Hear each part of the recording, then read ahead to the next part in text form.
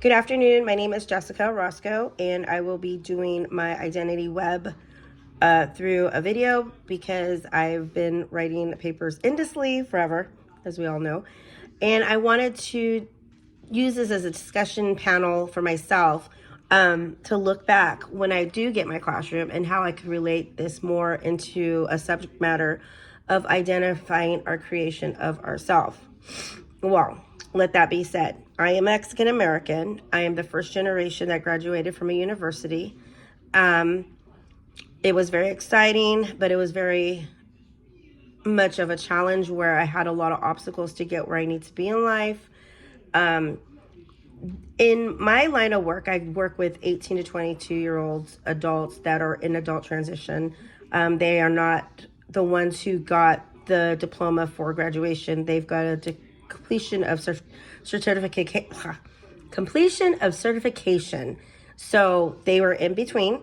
They are not in our area. There is no 18 to 22 program for them at all. So Fresno Unified developed a program to help them get ready for the real world and get them ready for another adult program. So we do vocational training. We take them out to the community. We do grocery shopping. We are very out in the community. We take the city bus. We also work at the Goodwill. And I wanted to show my background first on how I got that job. I used to work at a high school, and I got recruited from another teacher that started the program to get me on board, which was probably the best decision of my life, which pushed me to become a teacher, which pushed me to be going through the credential program and getting my master's, because I truly feel students these days need strong, positive adults and motivators.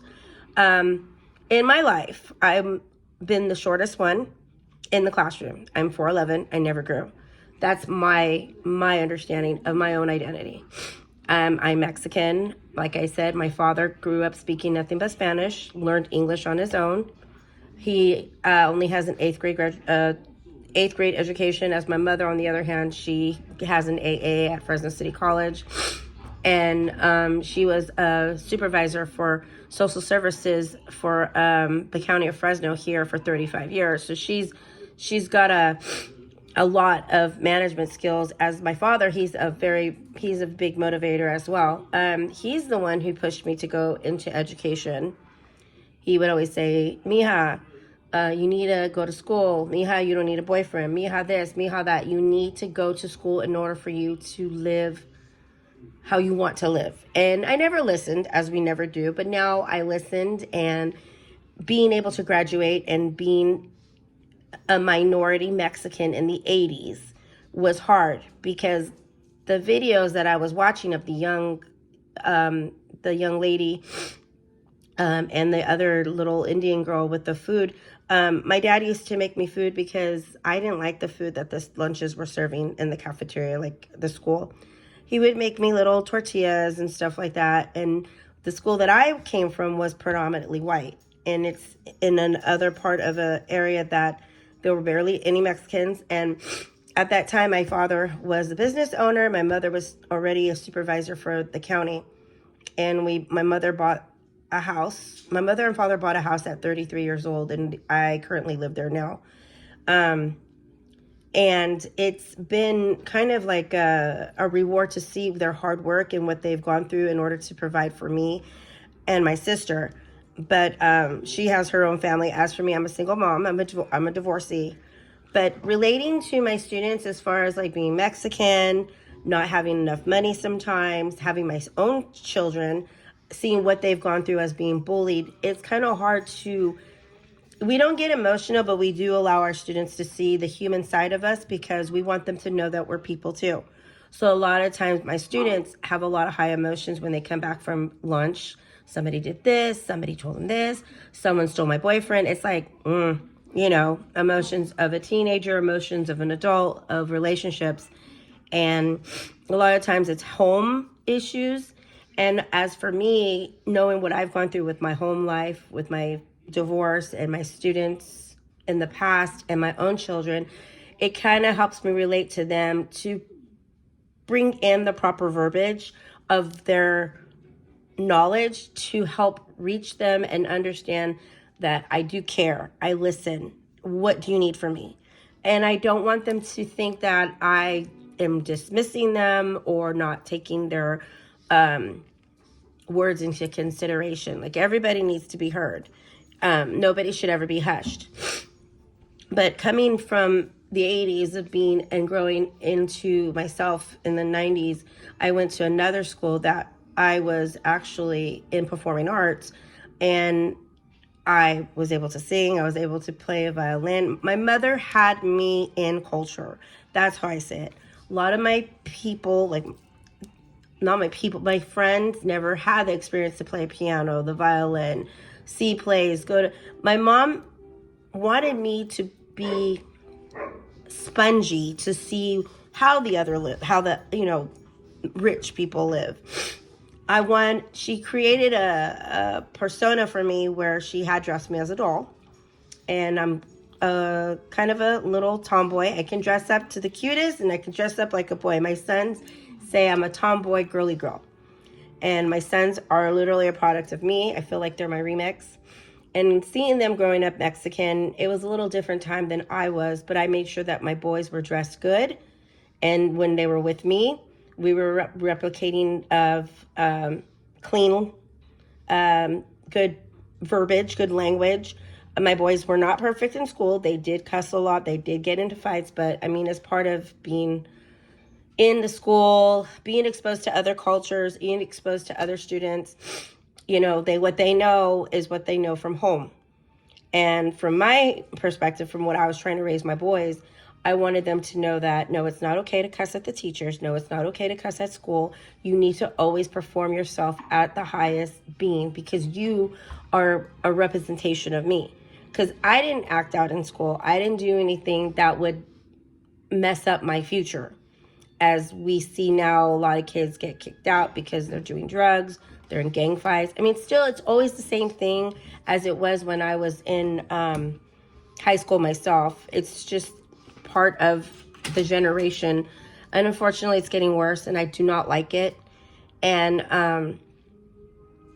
I made sure that when I had my boys, because the boys that I had seen around in my culture and my genre of generation of growing, they were all in gangs and they did drugs. It was just not the type of lifestyle I would want my kids to grow up as they get older. Now they are adults, and they're seeing what I did for them is working out now in their future and how they want to live their life later on. Like me graduating from the university is showing them, yes, you can do this if you put your mindset to it. At times, yes, I do feel a little ridiculed because I'm Mexican and a lot of people think I speak Spanish. I'm a coconut. I've been labeled a coconut. I've been labeled the whitest Mexican girl ever. I don't really care. It's not who I am. I know who I am. You can call me this, you can call me that. I don't care. I know who I am. And I want my students to understand that what people say about you is not you. Like, a lot of my students do have a disability, and I tell them, go to prom.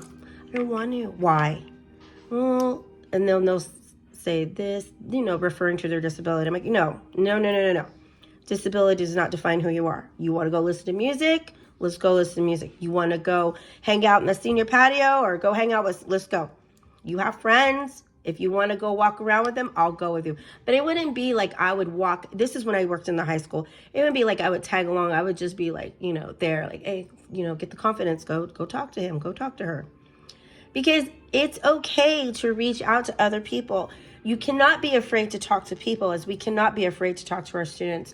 We're an open book, but yet we have to modify what we say, because what they say can be something underlying where it can cause some issues where a student can go say something to a parent and the parent will get offended. If they have political issues, we'll discuss it. I won't go deep into my political issues. I feel like it's the proper place, yes, because it's education. They're adults. They want to know about the president. They want to know about money. They want to know about the army. They want to know about voting, because they can do that. And the fact is that we go out in the community as we're being judged, No, they can count their money. No, they can read the menu. Yeah. And then one time I had we went to Subway. My students can order for themselves. I don't have to do it for them. They thought that I was their mom. And I go, no. I go, but I would be so proud to have them as my sons because they're great boys, young men. They're not boys, they're men. And they were like, I would like for you to be my mom. I go, you know what? I'm not your mom. I'm your teacher. But I will be here for you until you leave the program. And we'll take it like that as it is day by day. So I kind of want to just share that with like how it would, my identity is like when I start my class, I do icebreakers. I talk to them. I ask about their weekends, and then I'm telling them, all right, let's get down to business. And then when they know that I mean business, they start getting their toolbox ready. We start doing work. They have questions in between the lessons. That's fine. But anyways, I really enjoyed doing this little video. If you hear my dogs and my little snorting French bully, that's right here. She's too big. I can't pick her up. But I really enjoyed doing this video, and I think I'm really going to enjoy this class. Thank you.